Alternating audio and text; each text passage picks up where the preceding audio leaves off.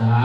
ธุสาธุธัมมะธัมมังธัมมะโอวาทะธัมมะปิสนังปัจจังอารัธนังกาโลมะสาธุโอกาสานะโมตัสสะภะคะวะโตอะระหะโตสัมมาสัมพุทธัสสะพุทโธเสสโธติโรกาสมิงสัพพะสัตตานังสังสาระปันธานังสิเมอาหังวันตามิสัพพะตาพุทโธอันว่าพระพุทธเจ้าเสสโธตอนพระเสด็จติโรกาสมิงในโลกทั้งสามกโรติก่อกตัมมิตังคือเป็นพายุตนาสัพพะสัตตานังเกสตาโรคทั้งหลายมนสังสาราปันธานังสีเนอันทิพย์ของอยู่ในวัฏฏะสงสารเข้าสู่ไรถึงยังนิพพานนั้นพุทโธอันอาหังอันว่าทาพุทธังยังพระพุทธเจ้าตนนั้นศิราสาวันตามิก่อไว้ศิราสายังโหแห่งตาสัพพะตาในการาทุกมือแล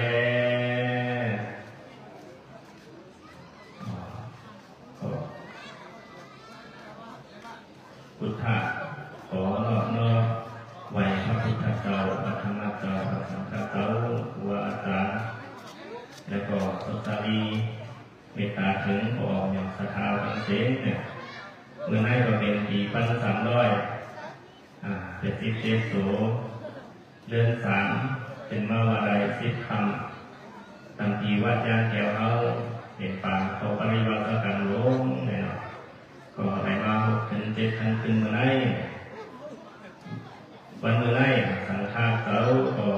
หมดนาทีส่วนตัวเขาพิพุสามวัดตรงศรีที่ไหลมาเตเตสนาธรรมกันต่อเนี่ยสถานเขาในเมื่อไหร่เนี่ยก็การเข้ากันเขาก็มามีวัดสวัสดีเอาสาวแก้วเป็นเข้ากับผู้สมณีแต่ผู้ออกแบบสถานในวันในกลุ่มการเสียงเป็นผู้ทักปังควายของปฏิบัติกรรมและมีการเตสนาธรรมทุกคำเนาะตัวทุกก็ในทำในเยี่ยงเนาะเตที่รอดเป็นเฮ็ดทางข้าเขาเจ้ามาเป็นตัวเต้นเตสนาฝันในก็หมอคือกับเตสนาธรรมกับออกแบบสนาเขาติดต่อไปเนาะหลายตัวหลายองค์เตสนามาแค่เต้แต่ตัวทุกก็หมอคือก็มีเตฮอกันออกแบบสนาเขาติดต่อไปในวันแค่ปัดยังแก้วเขาเนี่ยแบบเดินศาสนาเขาเดินสายเนาะยอดสติอาเขาเป็นผู้เปลี่ยนเก้าแหวนเนาะเอฟสามวิหารวัดว่าศาสนาองค์ก็มีเป็น3-4 หลังทับกันผู้เป็นแถวไว้ตรงอย่างสนาเขาเนาะพอเขาเข้ามาในวัดยังแก้วเขาไหนเป็นอันต้นเสื้อปีเต้ตรงอย่างสนาเขาเนาะเกิดนี้เขากำหนดเต้เนี่ยสาราเก่าของเรามียาโคฟุถึงที่สร้างคุณอย่างสถานสังฆาว่าอะไรอยู่เตียงอกเตียงใจในก็เป็นเรื่องน่ารุนทั้งสองคณะเรื่องของวัดยังเกี่ยวเราเมื่อไงในก็เขาตีเลยมาเทศนาธรรมในก็ยินดียินโตต่อประกอบเกี่ยวกับเราเขาวนหลายมากในก็ตัวเต้ก็เตรียมพวกเตี้ยของเกี่ยวกับเราอันเขาเกิดมาเป็นผู้เอาในเทศสังแลเขาซ้ำหลุดเฮ็ดตั้งดีละของเดี๋ยวคราวครับต่อรู้ว่าพอเพื่อสั่งแล้วใครเฮ็ดสั่งตั้งดีหูเนาะก็คือเราหูเลยเราหลุดหูไว้นิดนึงว่าหูไหนเราเกิดมาญาติศาสนาพระเจ้านะเขาเลยเหมือนทุกทีถามว่าว่าน่ะแต่ที่เกิดมาเป็นคนตัวยาไอ้นั่นอันได้ต่างเขาได้มันอย่างว่าเนาะมนุษย์ศาสตร์สุนทรภูเนี่ยเขาตั้งเสียงให้อันนี้เรื่องวิหารเกาหลีก็วิหารเกาหลีเขาเลยเกิดมาเป็นตัวแล้วตาเขาได้ทำอยากเย้านะครับเทว่าตาที่ได้เกิดมาก่อนอยากเตะสดาของนอกเวลาเขาเลยเกิดมาเป็นตัวแล้วเขาอยากเป็นแบบนั้นสูงเนี่ยตาที่ได้เกิดมาเป็นตัวรอยากตาที่ได้มาพบญาศาสนาพระพุทธเจ้าก็ต้องอยากหนาแบบตรง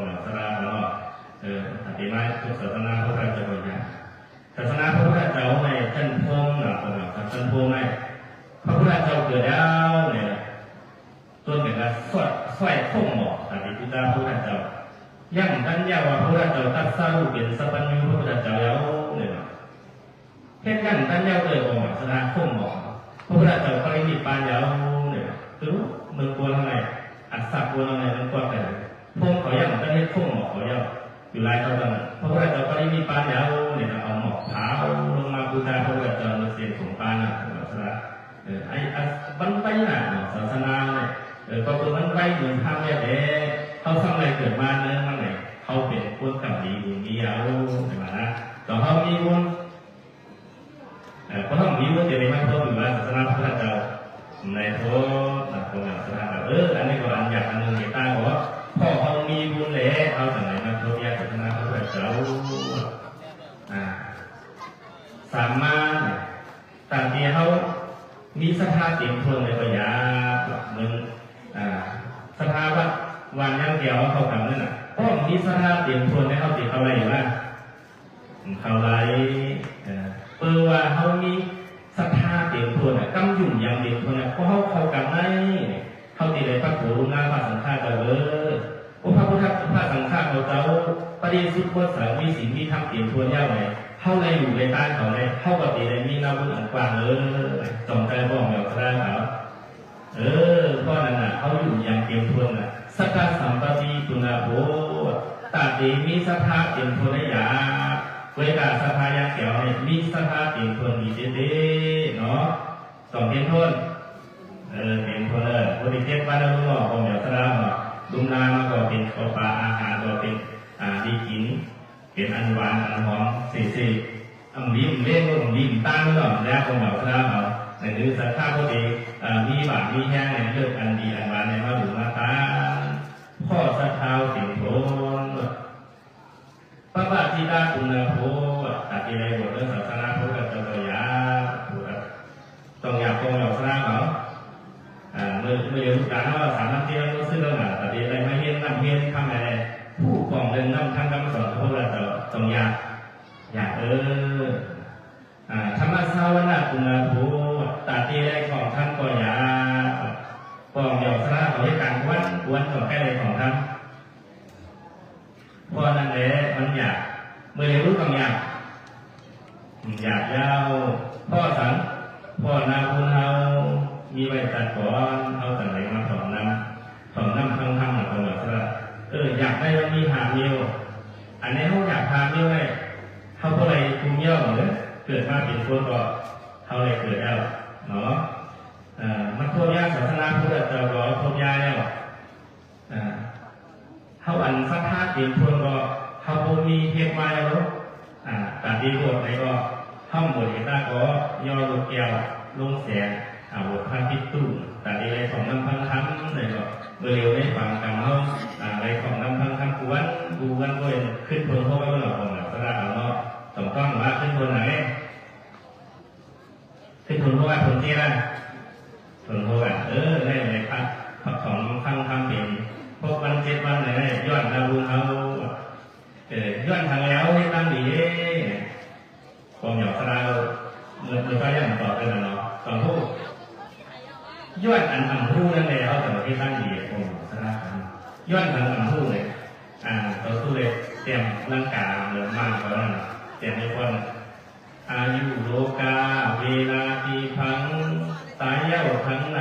ไฟอันหูไหลมีไว้หาปลาหาวาคือซ้ำสร้างกรรมดีวัดถึงในภูตาอันนี้เราตัวเด็กแกงเป็นร่างกายอันถ้ามันพูดในที่ไว้หาเยอะกว่าสุดท้ายก่อนแบบพระที่ก่อนใครไรผมสบายเขาสอนได้หน่อยอายุโลกาเวลาที่ฟังตายเย้าทั้งไหน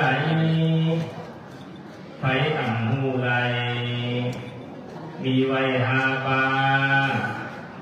เอาหาจืดจำสร้างกรรมดีพอถึงนิพพตาท่านเราผมสราบเนาะใครจะคำขอเนาะพวกที่สอนถึงแรงภูมิรังนี่ผมสราบภูมิรังนี่กันเปิดฟังเรื่องแต่เนาะก็ฟังแต่ได้หลักเนาะอันถ้าผมพูดในวิหาร ยุอาสาเขาตีตายเงินโอ้สองพ่อแม่เขามึงได้ได้ถูกกันอยู่หรือพวกนี้มาขาวแล้วจริงนั่นเนี่ยแต่ย้อนยังไงเขาเรียกตั้งดีแบบโลกาแบบเขาตาติดเขาติดตายย้อนเทียบที่โลกาอย่างของเรามันก็มันคือแบบมะเร็งแบบมันคือโค้งเข่าแบบมันคือโอเจ็บเนี่ยได้เลยต่อเขาติดหัวเขาติดตายนั่นย้อนพยาสังมูไรอายุโลกาเวลาแบบเขาติดตายเวลาเหรอเขาบอกมูแบบสองมูตัวใส่เด็กตัวแป๊ะเขาติดอะไรบอกมูเนี่ยเจอขนาดก็เด็กเสี่ยงกับเลยของมูเลยเนาะนั่นแหละบอกสดาเขาก็ทำมูอะไรตีพังว่าเขาตายเขาเกิดมาตีนายะเอาไหนเขาตีกับพังตีอะไรเขาจะมูเขาว่าเขาการปฏิบัติตีวันเขาตีไปเยอะมันก็กระต่ายตีเพื่อนนั่นแหละต่อในมาพันในถังตรงนี้ตายเย้าถังไหนไฟอ่ำหูไรตายยาเขาตีกับเป็ดเปลี่ยนสังกับหูเขาตีกับเป็ดที่ว่าเที่ยวลาเขาตีอะไรกันอยู่ในอาป่ายาพุ่งจังสี่ห้าเนี่ยเขาหูไรมาปงหยอกสระย้อนเขาหูแน่เลยนั่งหรือเขาก็ตีอะไรก็เขาถึงที่สุกติจิกเจนั่นเขาสังเกตตั้งนี้ต้องใจย้อนเปิดห้องหูหามไม่รู้เลยเขาสังเกตตั้งนี้ปงหยอกสระพอหูเขาตายเขาจะเป็นเจ้าหูเลยเขาสังเกตตั้งนี้เฮ็ดเนาะเขาตายกันวันนี้กับที่นี่ป้าเลยแล้วหูเราเขาสังเกตเฮ็ดย้อนหามเยอะเลยแหละห้องหูแล้วสังเกตตั้งนี้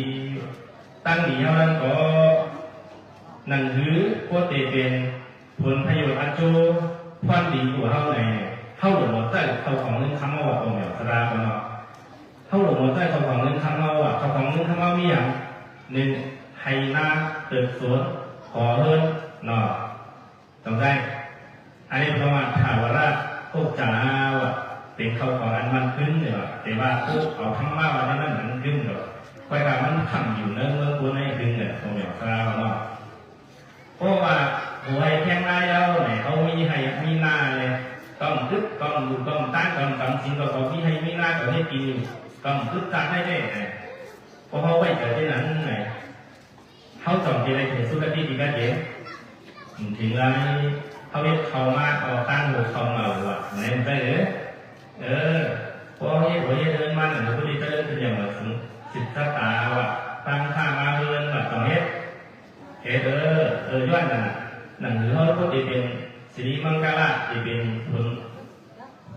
ลบุญอันนี้ส่วนต่อเขาไหนเขาต่ออะไรมาเนี่ยนับสองเขาของเงินคำแบบเขาของเงินคำเนี่ยเขากล้าขายอะไรห้องกินต้านเนี่ยเขาต่ออะไรเป็นคนสติตานะในเป๋เพราะกลุ่มการขี้ที่แรงโมหลุมโมต้านเนี่ยทุกข้าอาจจะเป็นแบบสบายเนาะแต่เขาของเงินคำว่าสามารถเนี่ยเขาไม่จริงอยากปัญญาเนี่ยโมฆ่าโมขายโมเฮ็ดใจเฮ็ดเงินเฮ็ดลายไว้เนี่ยห้องหมอปฏิบัติธรรมห้องหมอเขาวัดเขาว่าห้องหมอมาเฮ็ดการในวัดในว่าหลวงพ่อครูเมตโตสถายังเกี่ยวเนี่ยห้องมาเฮ็ดเขาหมอเฮ็ดภาคสังฆเขามาเฮ็ดเป็นสังฆเนี่ยต้องเป็นพระโยอันโจต้องเป็นข้อดีของเขาเขาเปลี่ยนโมหมอกว่าเขาปัดสกัดยูเนี่ยเขาพุ่งเยอะหลายเนี่ยเขามาเฮ็ดเยอะน่ะในก็เป็นจริงอยากสามารถเป็นปัญญาการตั้งปัญญาก็เป็นแบบสถานพวกขี้เทียกันอยู่เพื่อนอยู่เนี่ยน่ารุ่นก่อนไหนผมแบบสถานหมอกับหมอลายเนี่ยหมอกับหมอลายเนี่ยตั้งแค่เนี่ย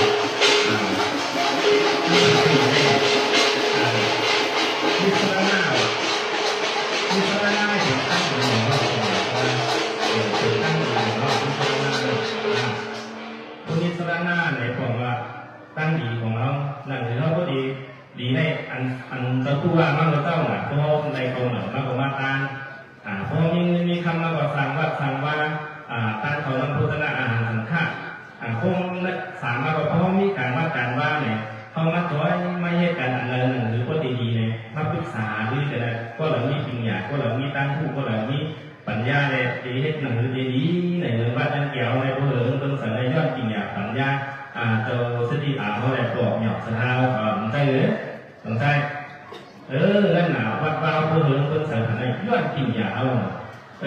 สามอันแน่เลยมาเปลี่ยนมิสระนามิสระนาตั้งดีเขาวัดผมยอมสระตั้งดีเขาเนี่ยอันเขาเกลือดีเติมดีเขาเนี่ยมันมีตีตุ่นตีหญิงว่าเพราะห้องหมอตึงหมอหญิงก็เขาตีไรถึงดีสุขดีตีกัดเย็นว่าเพราะห้องหมอตึงหมอหญิงก็ไหนเขาตีไรทุกข้าผมยอมสระก็เป็นตั้งดีเนี่ย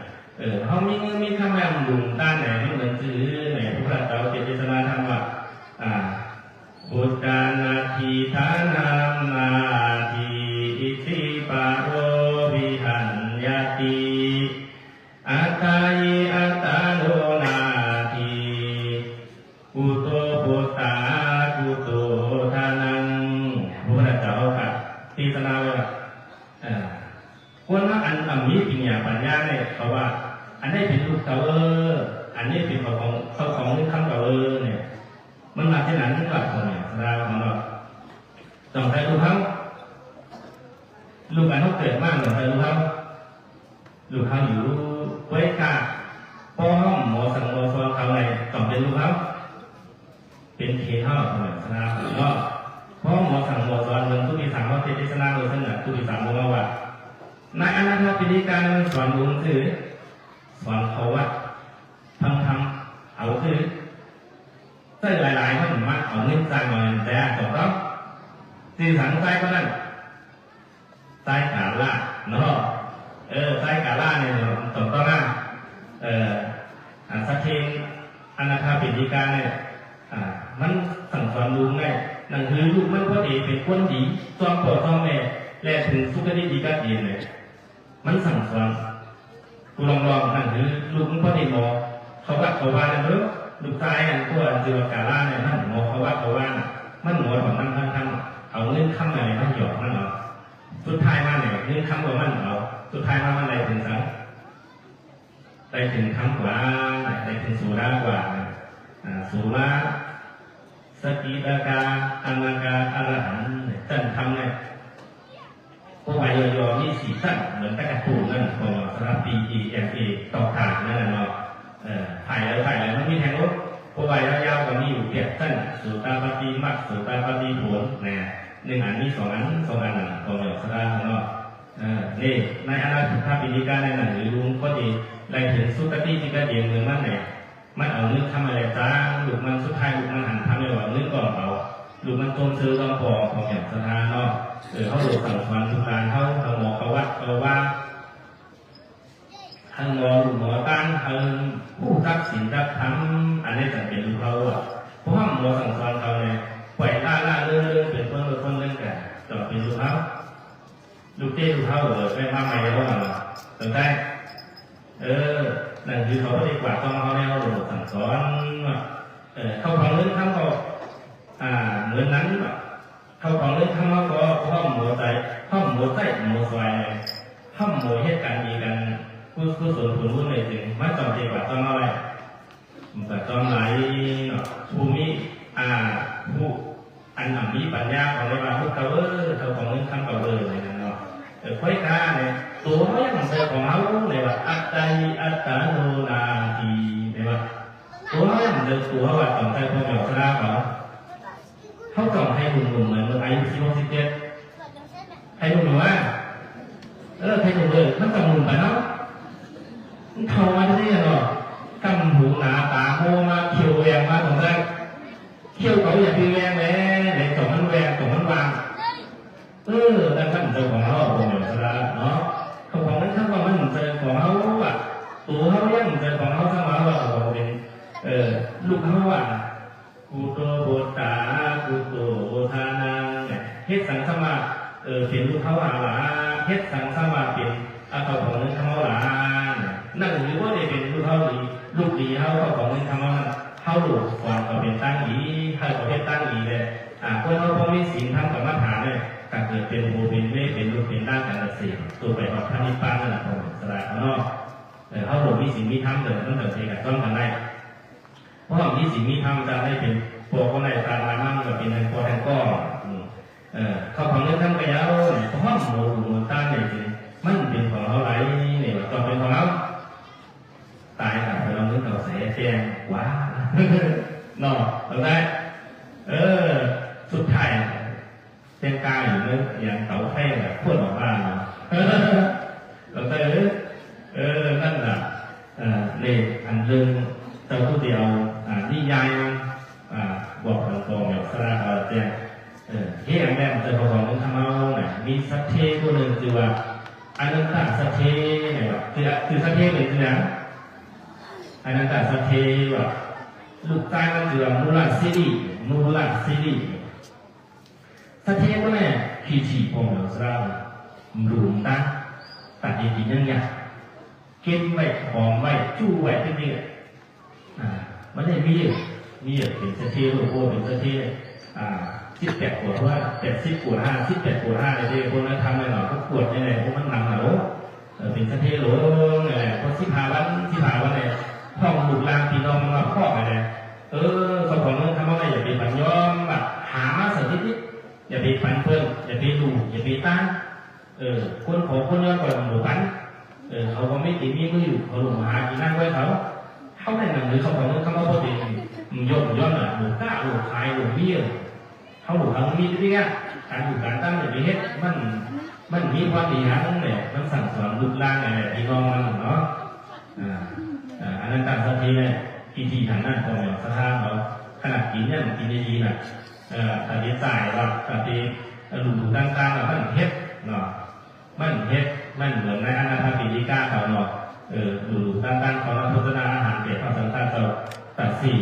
มามีสถานตัวนี้โดยการสักทีวันนี้มันเฮ็ดมันอยู่ที่ไหนอยู่เมืองสาวัตถีเนาะจีสักทีจีไหนอันนั้นการสักทีเนี่ย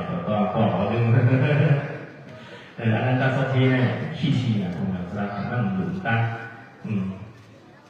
ก็น่าอยู่ในเท่ามากี่มาเนี่ยขุมนึงของคำหางอเนี่ยมันผังเลยผมแบบนะครับมันถามว่าในการจ้องมันหลักในลูกใต้มันคนเราไม่ตายกว่าเอาเนี่ยกับเกิดวันคนย้อนแบบผมแบบนะแต่เกิดวันไหนวันคนย้อนเมื่อวานเกิดกับเอาตังปฏิสันธิกับปลาในกล้องเนมันแล้วในการอยู่ในกล้องเนมันเขาแต่ย้อนกินไปได้ละผมแบบนะผมได้แต่วันใน2 วันใน3 วันในก็ได้เชื่อคนย้อนเนี่ยเจียกกันมาได้เพราะว่ามีป่าเราปัญหาที่กันก็เด็กตาเมียมันเนี่ยป้ากับช่องเปิดเลยกับช่วงที่เรากินลงในของอย่างสระเราทุกข้าการเจอนะมันพอพูดอะไรกับคิดไปไม่ไปตอกไปยากเขากินอะไรมากินแบบของอย่างสระเรามันทุกข้าทำไมย้อนนั่นมันขี้รู้มันลุมตาโลขนาดมาอยู่เลยกองแดงพอทุกข้าก็มันลุมตาขนาดเผื่อว่ามันเกิดมากกว่าทางจ้างของอย่างสระเราเปิดตัวกับบนกั้นการที่เราเป็นข้าเป็นไหลเป็นลึกเปิดมีเมตตาเนาะเปิดมีเมตตาก่อนใจหรือว่าอะไรใจหรือว่าอะไรเป็นแบบสถานต้องเลือกเก่าหนึ่งไม่ได้ต้องหรือก็ในภูเราลึกออกมาเลยยาสัพพยุพระเจ้าเอาเลยไปติดนิบัติเขาเลยไปหันเลยว่าใจก็ได้ใจห่างใจก็ได้มันเป็นรูปแบบมันเป็นคนที่หลายระหว่างตั้งเนี่ยมันเป็นพอตัวเพิ่มตีในก็เลยกับห้องมาโคเล่นสุเล่กับห้องโคเล่นสุมาเลยก็เลยขัดใจแบบโคเล่นเนี่ยเติมสมาหน้ากดเติมพุทธมาว่าไอ้อย่างทางก้านั่นคุณย้อนนั่นเป็นพอเติมไม้เขาว่าพอโคเล่นเขาว่าที่อย่างมันว่าฐานามันมาถังเลี้ยวถังเรียนออกมามันเลยนั่นอยู่เหมือนสมาอะไรเป็นพระพุทธเจ้าเป็นพระพุทธเจ้าแล้วว่าสมาเป็นคนสั่งคนสอนเหมือนว่าให้ยังไอ้คนย้อนลำเมียนได้สมาเป็นผู้เท่าหนาเนี่ยเพราะว่าเมื่ออยู่ก็มีผุ่มคำผุ่มเงินหาโมทั้งกันดีมาแล้วแค่ไหนมันก่อสร้างเลยที่5เนี่ยพ่อของแม่ผุ่มเงินผุ่มข้างอยู่ที่ไหนมันก่อสร้างดีเราดีพ่อคนนั้นไม่กันนี้เราไม่รู้ผุ่มเงินมาอยู่ที่ไหนเนี่ยกันนี้ผมอยากสร้างเขาเพราะว่ากันนี้เลยบอกใจเจ้าเนี่ยพระพุทธเจ้ามันจะว่าก็สังเกตได้เป็นที่ไหนเนี่ยก็คือว่าทำในหลุมในตั้งเกิดมาทุกข้าทางใจเนาะโอ้ก็ทำว่ามันตั้งฝันรู้ตรงไหนเนาะผมอยากสร้างเขาต่อตั้งฝันเนาะเขาตัดตัวเล่นนิ่งอะไรอยู่เนาะ ในเขาต้องเฮ็ดทางจับนาจับขันเจอผู้ขอทางเราเนาะปัดตั้งหลังก็แล้วเนาะทีหลังจับในอันเฮ็ดทาจับนาจับขันเจอเนาะจับขันเจออันนั้นการสัตย์ต้องเป็นคนทุกว่างไก่ไม่ต้องเลี้ยงแม่ก็ทุกอย่างเกิดมาหลังขี้ดีพระหันดิ้งกับทั้งหลายญาติทั้งหลายคนมีเป็นพ่อต่อทุกข้าทุกข้าคนอย่างสนาเขาหลวงเทศเป็นพ่อแบบสนาบัตรยักษ์เกี่ยวเนี่ยเขากลับมาเจ้าตู้เลยเพราะว่าเขาสามพ่อลูกเขากับยักษ์เกี่ยวเนาะบอกที่หนึ่งโดนหยอกคุยเขาบอกที่หยอกแก้งวนเขาเป็นตัวสภาปวดตุ่มมันก็ที่สองเราตั้งหลายย่อเราบอกให้เราเป็นตั้งหลายเขาแทนหนักก็ในว่าถามตัวว่าทำว่าทำง่ายยังไงเนาะเหมือนว่าเขาได้หนุ่มๆแก่เหมือนเขามาแล้วเนาะบอกอย่าพุ่งไปต้องเลยแต่ผู้สั่งผู้หมอลาผู้หันตัวสั่งหมอตั้งไหนโซ่นั่งเนี่ยเหรอคนนั้นวันนั้นเวลาสั่งเตยโย่เตยผู้เนี่ยนะปั๊บเนี่ยหมอตั้งคนแต่การแต่เพ่งเหรอผู้หลงตาเขาบอกว่าหมอตั้งคนเหรอมันเป็นอันตีน่าจ้างเนาะย้อนหลังแดงก็ในพระพุทธเจ้าต่างลูกชายมูลสิริของสัตย์กิติอนันตสัตย์นั่นแหละอยู่อย่างพระพุทธเจ้าเลยมอหลุมมอตามาแล้วก็เอาลูกมานั่นเอาลูกพ้นฐานนั่นน่ะมันเป็นพ่อมันกัดกว่านั่นการเลี้ยงว่าเดี๋ยวก็มูลสิริในก่อนสั่งโมเหตุการอยู่ทางตามาว่าก็เปิดซื้ออยู่มาพระพุทธเจ้าได้เป็นคนพูดได้เป็นสัมปัญญูได้พ่อตอนนี้ผมนึกถึงคำย่ำบอกเขาตอนพระพุทธเจ้าได้ย่ำเจอกับบอกยังบอกเขาว่าพ่อเขาได้ทางขุนนึกไม่หามอมันบอกเขาไงพระพุทธเจ้ายังบวชกันเก่าแล้วก็หู้เลยแบบเนาะย้อนอะไรเป็นมูลสิริอะไรเป็นผู้ดูแลอุปถัมภ์พระพุทธศาสนาเราเป็นสถานที่มันเป็นที่ไหนล่ะเพราะว่าหมอหลวงหมอตั้งเนาะทุกข้าที่เนาะเหมือนใต้กาบ้าก็ฟ้องสั่งสอนเลยเป็นคนดีแหละอันนั้นก็สัพเพก็คนนั่นตั้งนั่นเฮ็ดการดีแหละเมื่อไรกับทุกข้าเป็นคนขอคนย้อนความแบบสลาเราต้องได้เนี่ยกุโตพุทธากุโตทานังเนี่ยอันไหนทำเป็นของหลาอันไหนทำเป็นของเราเขาของคำหลามันมีสังเกตของเขาว่าก็เฮ็ดดีไว้เนาะเพราะฉะนั้นเลยการดูการตั้งตัวไหนเนี่ยจะพูดว่าเลยเขาของเรื่องทำเอานิสระนาเป็นการดูการตั้งการตื่นยิงการน่าศีลภาวนาของเราเนี่ยก็ในการพึ่งยิงเนี่ยเพราะว่าหมอพึ่งยิงเลยพอผลประโยชน์การช่วยมันผู้ร้ายมันมีรอดมีเกียรติมีทางแบบตัวแบบสลายว่าการพึ่งยิงไม่มีทางเลี้ยวแบบเราเข้าพึ่งยิงพระพุทธเจ้าพระธรรมเจ้าพระสังฆเจ้าปองเนี่ยข้าวพึ่งยิงชื่อนั่นเก่าใครเป็นชื่อไว้ใครเป็นชื่อไว้ผู้ไปพูดเนาะการพึ่งยิงเรามีทางเลี้ยวอันเขามาหลุมมาตาเนี่ยนั่นเก่าเขาขึ้นนั่นเนาะดอกกองแล้วข้าวก็เป็นของพวกเราได้ทำดีกว่าบางก็ได้พึ่งยิงไงเนี่ยใครป้นกับที่ใครต่างๆแล้วพึ่งยิงบอกเดี๋ยวสลายก็บอกพวกมาว่าต้องซื้อต้องเลยนะทุกคนบอกที่ปลอดภัยสิแล้วกันเด้อเนี่ยได้ไหมอันนี้เป็นข้อหนึ่งข้อสองลาภะเขาพึ่งยิงใครมีจุกมีหลักไว้แบบต่อไปถ้ามีซื้อมีหลักก็ขายหลังกระตัดเล่นคืนต่อไปข้อสามคุ้มล่าสื่อคือแบบเหมือนบอกแบบสลายวันยันแก้วนี่นะท่านไม่ซื้อไม่คือสั่งท่านไม่ตีไม่บอกลุงรับอุปถัมภ์ทั้งสิ่งรู้สังขารได้เป็นผู้พิจารณาอันนี้เป็นอันนี้เป็นหน้ากับตั้งเขาเลยอันที่ได้ผู้เป็นพี่น้องเขาเนี่ยต่อนี้ก็แต่แล้วนี้เดี๋ยวจะที่ทางนี้นะอันนี้เป็นว่ากุลาเนี่ยเขาทุกกองหนึ่งว่าเป็นพี่เป็นน้องเลยให้ถึงยิงอะไรกับดูกับตั้งไว้เนี่ยกุลาอาจาริยะเขาหลักถึงพุทธธรรมะสำคัญเนี่ยเป็นอาจารย์เขาเป็นผู้สอนเขาไว้เขานับถือได้ไหมนับปัดสี่นับปัดห้าอนุกับมีเก้านับปัดห้านิสระอนุกับมีนิสระนาเนี่ยเป็นตัวมันได้นั่นแหละอนุกับมีเก้าเขาใครต้นสัมสาราอนุกับมีเก้าไว้สัม มันมีสองข้อมันใครลงหลังๆแล้วเป็นพอแบบกล้าตลอดอันจะต้องเป็นอันสี่ข้อนั่นเลยอันลูกธรรมิกาดิสรณะเนาะเขาพึ่งอิงเขาใครใดพ้นตัดสังสาร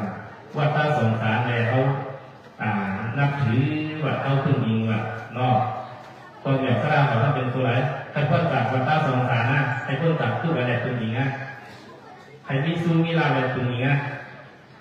ย้อนปีน้องอะไรพึ่งอิงนะย้อนพระพุทธเจ้าเป็นผู้สอนโลอะไรพึ่งอิงนะย้อนอะไรเขาพึ่งอิงเขาใครสั่งใครพ้นทุกข์ได้เขาใครพ้นทุกข์นะเนาะเพราะใครพ้นทุกข์นะเขาหลุดสั่งตาหน้าศีลภาวนาตรงนั้นเขาหลุดตาหน้าศีลภาวนา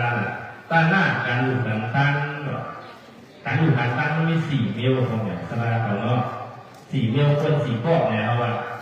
ก้อนหนึ่งได้เจ้าเก่าตั้งอยู่สมัครโหต่างๆถึงเพื่อนที่ฝ่ายหน้ารุ่นเพื่อนเนาะก้อนหนึ่งท่านเจ้าเก่าตั้งสมัครแย่นั่งต่างๆข้อที่2ข้อที่3เจ้าเก่าก่อนตั้งอย่าบอกแน่นำคิดส่วนต่างๆข้อที่4เจ้าเก่าก่อนตั้งอย่าบอกก่อนหูเป็นอะไรตั้งแน่นำเหตุฝ่ายหน้ารุ่นถึงเพื่อนเนี่ยเหมือนบ้านย่างแก้วเนี่ยเขาทำเนี่ยเขาถึงสัมภาษณ์หลวงนั่นเหมือนกันเลยเขาต้องเหตุฝ่ายหน้ารุ่นหาเพื่อนคน4เนี่ยเหมือนจะได้หนักเหมือนบ้านย่างแก้วเขาปอกเหนียวสลาวเหมือนสติเอาเขาเป็นเก้าอะไรปอกเหนียวสลาวตรงนี้ที่เขากำมาเดี๋ยวเขาบอกกับดีๆน้องๆใส่ดิใส่หน้ารุ่นกับถึงเพื่อนทำเป็นผู้ตบจริงๆเป็นบ้านหลูในวันเขาทำงานนั่งเร็วหน่อยจะพูดกับมันใจแจ่มผู้มากูดีกูบ้านมาพอดีก็จอดเอาต่อโหร้อยหางร้อยเพื่อเขาเลยปั่นตัวกับพอดีก็จอดตัวอย่างสลาตรงกันใช่ไหมนั่นน่ะท่านในพระโยชน์อาจูพันดีมันรู้เปลี่ยนสื่อคน4 ก้อนเนี่ยก้อนหนึ่งได้อยู่ในตั้งเพชรกลางอยู่กันตั้งเพชรเจ้าก่อนตั้งเนาะเพราะว่าเกิดมาตัวอะไรตั้งอะไรเนี่ยเข้าของเขาไม่จริงโทษตัวอย่างสลานี้ใต้ข้อนี้ลูกนี้เต้าต้องเนาะคนพระโยชน์นั้นควรได้อยู่ในใต้ในผีผายหน้ารุ่นเหมือนเดิมเป็นซื้อนี้ได้ก็ได้ซีนี้ปีน้องหลายนี้ลูกนี้หลานเข้าของมือคำเต้เตียงต่างเตียงเพิ่มเตียงนี้เสียแต่บอกลูกหลานกลางเตาเตียงก็ซีให้มีแบบเนาะข้อที่2ถ้าก่อนหลุมตั้งเพื่อการทำให้นั่งเปิดตั้งอันนี้เขาเกิดมาตัวเลยแต่แบบก็มีมิตรตาเป็นสหายหลายคนอย่างสนาครับกว่าแล้วก็ลึกไว้แต่ว่านี้เขาสอนเรื่องคำแบบนอกเห็นมันเป็นที่ไหนเขาหลุดเลยอะไรเขาหลุดเลยเอาคนอย่างสนาเนาะพอเพื่อน3 ท่านเจ้าเก่าก่อนตั้งตัวเก่าเตี้ยตั้งเปิ้ลก่อนเน่น้ำตั้งที่นี่เวลาพวกเฮ็ดที่ไหนเลยผู้ส่วนผลรู้ว่าพวกเฮ็ดไหนนับพวกไหนที่ไหนบอกเพื่อนตัวมันก่อนตั้งกับตั้งเนี่ยเขาขึ้นเลยกันตายเลยแน่นอนตรงนั้นกวยกาพวกเกิดมาตัวเราจากการรู้เป็นสื่อเขาของเรื่องคำก่อนนี้ได้พวกได้เซลล์ปีน้องก่อนนี้ลูกเต้าก่อนนี้ว่าเป็นคนอยู่ก็เดียวว่าตรงไหนก็ได้ใครอยู่ก็เดียวใครอยู่แล้วสักเดียวเลยมาพัน4เนาะมาพัน4เจ้าเก่าก็อยู่ตั้งย่าบอกแน่นำผิดหมายหน้ารุ่นหาเพื่อนใครมาวนอยู่วงตั้งเพราะเขาเกิดเพราะอะไรเกิดมาเกิดตาอะไรถึงไหนเขาของเงินข้าวกระดิ่งพวงมีตาเกสหายกว่าดีปีน้องก็หลายลูกหลานก็หลายลงบนเซ่อแบบอันลูกหลานก็เป็นหูมีเงินมีข้าวแหนลูกหลานกำลังมาเลยต่อเสื้อก็เกี่ยวสร้างอะไรทุน1 ทุน 2 ทุน 3 ทุน 4เลยเอาทุน4เหมือนบ้านยังแก้วเลยเนาะเขาเทียบเป็นก้นพวกทุน4รู้เทียบหน้ารุ่นเลยบอกเทียบหายหน้ารุ่นคนตรวจเมืองตรวจเองเสียแต่ทีเล็กเมืองพวงกับว่าถึงมาอยู่มาตั้งถึงว่าต้นหน่อตัวแบบสถานกับเมืองลาวเมืองไทยว่า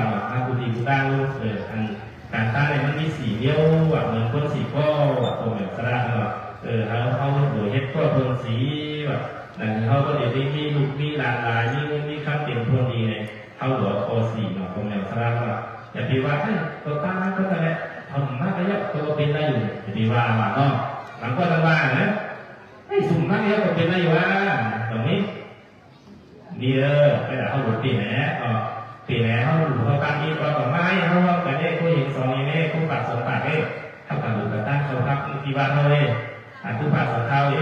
ไหนเขาหลุดตู้การอะไรเฮ็ดการตั้งอีว่าคือที่ปั้นกับหลุดเป็นจ้องกันหรอกความอย่างสร้างเราได้ที่กว่าหลุดที่จ้องกันกว่าหลุดกับจ้องกันนั่นเข้าสังเกตบนเจเซอร์ว่าถ้าในต่างเด็กตั้งชื่อเฮ็ดถือแล้วพวกการแม่นดอกมันไหนหลังการตัวทุกเราเตียวหลังการเราว่าแต่ทราบแจ้งตรงไหนสร้างเราเดี๋ยวเขาหลุดเขาการเนี่ยมีลักษณะมันอะไรสร้างเพราะผมจำลักษณะมันไหนเราเขาบอกผลมันมันกว้างลักษณะถึงชื่อเนี่ยยุ่งยำลีนายืนอยู่กว่าวันนาหางเล่าดีแบบเอาคองแบบสร้างเขาว่าต้นเรื่องเราต้องไปสอนที่เหมือนกันเนาะยุ่งยำลีนายืนอยู่กว่าวันนาหางเล่าดีเพราะเขาอยู่ยังไม่แรงอยู่ใต้ในพื้นว่าตัวเขาเอทางดีทางงานว่าตัวแบบสร้างเราก็เป็นเรื่องนอกเพราะเขาอยู่อย่างเขามีสภาพเองทั่วแล้วอยู่นั่นน่ะเนาะนักยันดีนายืนอยู่กว่าอาณาเต็มทวนดีเพราะนักยันสักกะตานันที่เท่าไรนับยังเป็นที่เขาลดนับถือว่าเป็นเหมือนพระพุทธเจ้าพระธรรมเจ้าพระสังฆเจ้าเนี่ยเป็นอันเขานับถือเด้ๆไหนเขานับยังอะไรเลยอยู่ในด้านไหนถึงเขาเป็นมิเป็นคนนี้ลูกหลานเขาก็ของบ้านเขาของอย่างสระเนาะเขาสาระที่ลูกที่ใจเขาพี่เป็นเสียว่าอันไหนเขาอะไรนับอย่างดีเลยนะของอย่างสระเนาะมันก็ออกมาตั้งคุกตั้งกักนะผันก็เนี่ยกินได้ฮะตอนแรกทางในเขาทางในเขาปีทางในทุกปีเนี่ยเขาหลงว่าเนาะกินเนี่ยสับใส่ก็เลยนะมันจะกล้ามดีมันจะกล้ามนับอย่างเขาหนาผมอยากสลายเขาหน่อยตอนนั้นเขาหลงนับอย่างไรแน่โบลักโบจามันก็เอาตั้งโค้งใกล้ๆกินเนี่ยโค้งเศร้าออกมาเท่ๆตอนแรกเอาอย่างไปทางนี้หน่อยเขาหลงเขาตาเนี่ยเฮ็ดเอนี้นับอย่างดีตานับอย่างของตาเนี่ยก็นับอย่างตัวอันดีหักอยู่หักตันมันว่าตรงแบบสถานเขาจังตีมีห่างมีทางฝั่งงามมีสื่อมีโคเขามีเป็นคนนี้ว่าตัวประโยชน์อย่างเขานั่นแหละตรงแบบสถานเขา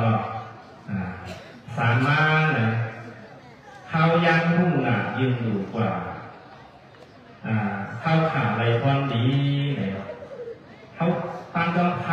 เขายังพูดกันนะเหมือนเขา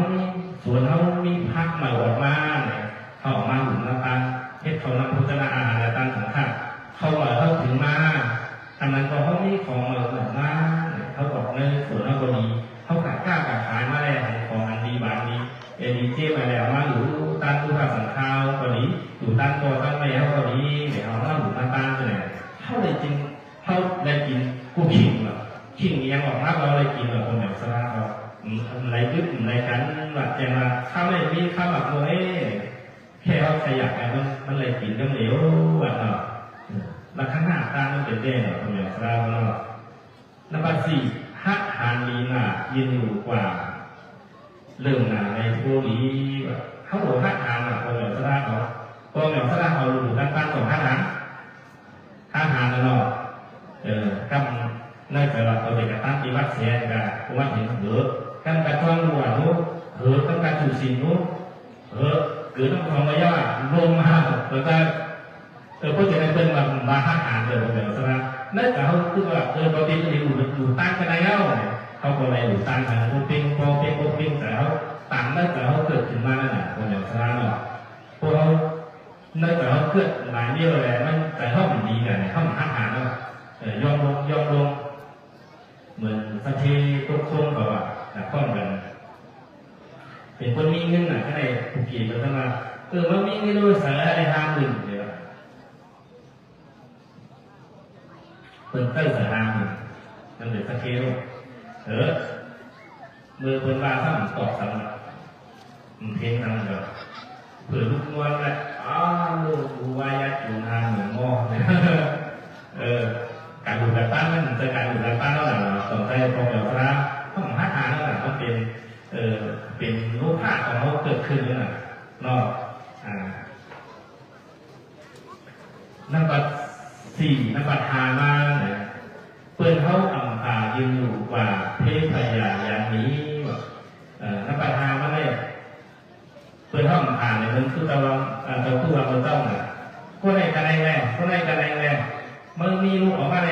1คนไหนคนมีลูกออกมา3เทศเนี่ยผ่ากันเราได้มันดีแบบโปรโมทนะยักษ์เย้าต้องผ่ากันเนี่ยผ่านั่นแหละดีพ่มผ่าเนี่ยห้องผ่ากันไหนหลอดเทปแบบพายเย้าแบบการดูการตั้งเขาขึ้นสายเย้าแบบโปรโมทนะตรงนั้นในนี้กันนะมีหนังก็ตั้งหนังมีกี่ก็ตั้งกี่มีหวานมีแห้งก็ตั้งแบบตั้งแห้งอันนี้มันมีการที่การแข่งกันที่กันเดียกันแบบเขาก็โค้งลูกพวกเครื่องตาเขาก็งดเสริมสร้างในที่กันในวางกันในจังหวะเพศพยาอย่างนี้นะมีเพศมีไพสังว่าตัวห้องเก็บของกันนะผู้คนดีว่ายืนอยู่ว่าเรื่องนะแต่ผู้ดีผู้คนดีในเรื่องคือผู้มีศีลมีธรรมของเราของเราสระว่าเพราะอะไรตั้งผู้มีศีลมีธรรมไหนถึงอานิสงส์มันกว้างขวางนะเนี่ยเหมือนรู้ว่าผู้มีธรรมดีเขาว่าผู้มีศีลในห้องผู้จับตัวในรูปก็เหมือนสังฆามาปฏิบัติธรรม4 ที่5ตัวในวันยังเกี่ยวในตัวของมันดีมีศีลพุทธใส่สะอาดเลยเข้าตั้งแต่สังฆาวันดีมันจำนั้นตัวมีสังเกตว่าเราตรงนั้นนางนออันก็เอาผ้าเรื่องอะไรกับท่านเจ้าเป็นตัวอย่างว่าต่อต้องพวกเราจะเอาตั้งสังฆาแล้วนะต่อต้องนางปัจจปฏิกูตมีเป็นน้องของเมพระพุทธเจ้าเป็นเมเล่ของพระพุทธเจ้านางปัจจปฏิกูตมีเนาะถึงย่างหนังเนาะก็เลยนะเนาะนางกูตมีเนี่ยต้องอยู่แล้วเนาะนางกูตมีเนี่ยเอาทอดวัดนั่นเนาะย้อนสังฆาเนี่ยเข้าลงตั้งต่างที่ตั้งเลือกตั้งเอาไปนับว่ามันกว่าเขาเลยตั้งสังฆาเนี่ยคือสังเกตว่าตอนไปเนี่ยเปิดเขาเปิดให้กันแหละเขาหลบไปหมอตั้งพอเลือกแต่เลยตั้งอะไรเป็นปีเป็นน้องก็รู้จักว่ามันผู้รู้หมักโมงได้เหลือซุปเปอร์เหลือสวยเนาะนั่นมีแมงกับเขานี่หูเป็นพวกขาด้วยเนี่ยหูรู้เนาะเป็นนั้นในสังฆาจารย์บริยบางตัวได้ตั้งร้องแมงเสียดายตั้งสะอาดบดใสลองได้เป็นบางพวกนะพวกตั้งร้องไม่เอาเห็ดขี้นกเคียงพวกนั้นครูกระผู้ผ่าก็เสมอหรือทำดีเจี๊ยบแหวนจะบอกอย่างซาเอาไว้เขาอยากมีถ้วยตั้งนอกหลายๆเขาต่อยถ้วยตั้งในพร้อมกันเนาะใจเขาก็ที่นั่นน่ะลองได้เลยพระพุทธเจ้าแต่เขาเนี่ยเป็นผู้นำในโลกแต่จะเป็นผู้นำอันเขาหลากเกินเนี่ยออกมาได้แต่ว่าอันเขายอมเกินออกมาได้แต่ว่าเหมือนกันเพื่อนนั้นเขาหลังหรือเขาเพื่อนใดอยู่ด้านผู้ปฏิเนี่ยผู้มีสิ่งที่ทำเนี่ยเขาแบบนิมนต์ออกสังฆาเขามาในวัดเขาเนี่ยแต่เขาเจ้าก็ได้ซื้อผ้าจากอาบัติขันธ์ตัวตั้งมวลแหล่อะไรมดใสจากอาวาทั้งเซงแล้วเป็นภูมิสินเข้าในหนุนในตั้งเลยจองพระเสด็จจองนี้ดีก็ในการตั้งเนี่ยพวกตั้ง3 เดือนใน3เนี่ยเทวาแห่งพระก่อนพวกเวลาของพวกแห่งนี้พระก่อนพอเขาเลยตั้งคนนำโภชนาอาหารในมีแห้งเขาเกิดมาสุริยะแต่แบบนี้แบบมีแห้งแบบพอสละแบบไม่น่าเพราะการกำลังพัฒนาอาหารให้เขาจะได้เลี้ยงมีแบบมีแห้งเนาะเพราะเขาตั้งเครื่องมือคู่ไว้ไหนเขาติดมีลูกงานทางนี้เพราะตั้งเครื่องมือคู่ไว้เขาจะได้เป็นอะไรจะได้ทางนี้สวยงามนั่นแหละของสระเนาะเพราะเขาตั้งไทยตั้งบทตั้งกลางเจ็บว่าเขาตั้งกลางบทกลางก็ดีเขาตั้งกลางแล้วบทก็ดีนี่ใช่ไหมเขาจะได้มีความสุขกับการละมาละรอที่ มีความสุขตลอดว่าเนาะเขาเลยตั้งรถตั้งการเอาว่าเนาะเขาในตั้งรถตั้งการสิเราตั้งน้ำมันอะไรเนี่ยพออย่างสลาเนาะเราได้ว่าเขาตั้งรถตั้งการเขาเปรี้ยวพวกเราทุกทีเขาสิครับแต่กินเรียกว่าขายยอดตั้งการรถตั้งการเราขับไปตั้งรถตั้งการเนี่ยอันนี้ก็ไรเนี่ยพออย่างสลาก็ไรอะไรเลยอันนี้เขาเข้ากับอะไรว่าต่างอะไรว่าอะไรเพราะรถที่ปลอดภัยสีแบบมีความสุขสีแบบพออย่างสลาเนาะสีม้าก็เขาอยู่ข้างไทยเด็กถึงหูเตียงตาแล้งสีก็เขาอยู่ข้างไทยจะเป็นตั้งเอาสีอะไรครับผลประโยชน์หูเตียงตาแล้งตรงเหนียวสลับกันเนาะหามาเนี่ยก็เขาเลยอยู่กันวัดวางศาสนาเลยถึงเลยเตรียมคนกูเนียวเพราะตั้งอยู่วัดวางศาสนาเลยได้ทั้งเตรียมคนกูเนียวเหมือนกับเขากูเนียวน่ะเตรียมแค่ตึงวิญญาณกับเวลามันเดียวน่ะพอเกิดสลามเวลาไปเขาเขาไปเวลามันนิดนึงเนาะเมื่อได้เลยก็เขาเลยว่าของนำทั้งก็หลายเตี้ยๆพอเกิดสลามของต้องก่อนพูเนาะต้องบอกว่าพอเขาไปอยู่ท่านตอนนั้นพุทธนาอาหารเนี่ยผลประโยชน์มันมี10 เมี่ยวพอเกิดสลามก็แต่เราพูดเด็กละ10 เมี่ยวได้เลยกันเนาะอันหรือนั่นก็เพราะรักษาแทนเวลาเปลี่ยนเนี่ยเนาะในเขาตีมีอายุยืนกว่าแล้วกันเนี่ยเขาตีมีบรรดาหางดีเขาตีมีความสุขตัวสุขใจแบบในภาษาแล้วก็4เขาตีมีแห้งตัวแห้งเกิดสีว่าเขาตีมีสิ่งอย่างปัญญาว่าเรามาหลายเลยไหนเขาบอกกับเข้าพักกันคึกเป็นตัดสีว่าย่อมก็เขาเกิดมาตัวเราจะได้ว่าเป็นคนวัดสะอาดแจ้งดีนะพวกเราสดาว่าย่อมก็เขาเกิดมาตัวเราจะได้ว่าเป็นคนมีสื่อมีเสียงย่อมก็เขาเกิดมาตัวเราจะได้ว่าเป็นมีปีมีนอกมีเมตตาเป็นสหายหลายเนาะผลประโยชน์นั้นนี่นำหลักของเราเขาบอกต้องกับตัวเนี่ยต้องทองค่ะมันมี10 เมี่ยวเหรอเนาะมันมี10 เมี่ยวเหรอเขาต้องทำอะไรเนาะเนื้อมันได้ก็การเทศนาก็เป็นลึกกับเทคนิคเลยต่อก็เมียวสระของใครกัดหาอะไรอยู่ล่ะตัวผู้เคยเทศสีพันเลยบอกงานพออาสาเดียวพูดแต่บอกเขาไม่ได้เล่นพูดเลยเนาะอันเข้าสู่มังกรได้รับปาตรงนั้นผู้เจได้ยังจะพูมาเอกการาตาก็เขาพูดกันเยอะประเทศเป็นไรมันยาวยิ่งเนาะก็ประเทศเป็นไรเยอะเนาะจำได้พ่อเขาได้เนาะตัวปักอะไรเนี่ยมันเร็วทำไมถ้าเขามันเป็นการหาลูกยุ่งคำเลยว่ะลูกยุ่งคำปั่นเลยเพราะว่าเจ้าเป็นหน่อร้องอันนั้นก็หน่อตัวที่ซัดเนาะแล้วเกิดเป็นลูกยุ่งคำก็ได้คนลูกคำเมื่อหนึ่งได้ตื่นเลยเนี่ยนี่มันเปลี่ยนพยาแบบนั่งทีวีเปลี่ยนพยาเลยหมอหูล่าของมาควายเลยว่าพวกอะไรกินลูกยุ่งคำไม่หายเลยว่ะใครมันสั่งเป็นหูล่าเลิกทานป่าเอาไว้หาลูกยุ่งคำเพราะว่าเราสั่งเป็นลูกยุ่งคำมันสุดทั้งวันมันว่ากระถางวันไปเจ้าอุเทกายังจะภูมาเอการาชาอาริสวรรโนพระทวิพระพราโสตังนามาสามีหาริสวรรณังพระทวิพระพราสังเตจะพุตามีหาเรกุรติเยพระมนาเวตตูสัพพันเมเตเมนะโมเตตมังปารายันตุนะมาทุกุทานังนะมาทุโพธิยานะโมวิกุตานังนะโมวิกุติยาอิมังโสปริตังกัตวะโมโรสมัครปายีตีบทไปตวัตระติอิสานาพุทธิหรือว่าอาปีมันมีสองวัดไปต่อไปทำมันเพื่อกันยิ่งไงของสระเนาะย่างนั้นในโบราณเรื่องอะไรห่างโลกยุ่งคำตัวเนี่ยมันก็สูงกระถาบัวเนี่ยมันก็ว่าบัวละมีวันหนึ่งเนี่ยเขาว่าพอห่างเนี่ยมันไหลเนี่ยแค่ว่ามันแบบนี้ก็โลกยุ่งตัวเนี่ยมาห่างอะไรของสระเนาะเอาหันก็ใครโผล่นั่นยิ่งกันเนาะหันก็สั่งการว่ายิ่งเลยเนาะแต่เรายิ่งดีไงเรายิ่งพอนั่นดิ้นกับคนตัวเองหลักทั้งหมด เฮ็ดสั่งสู่สัมผัสตัวเฮาบินกว่าหางไกลสู่เฮาเฮาไปเมื่อที่เมืองละลอได้ว่าปีขุนไฟทางดีนุ่งขมวนสวย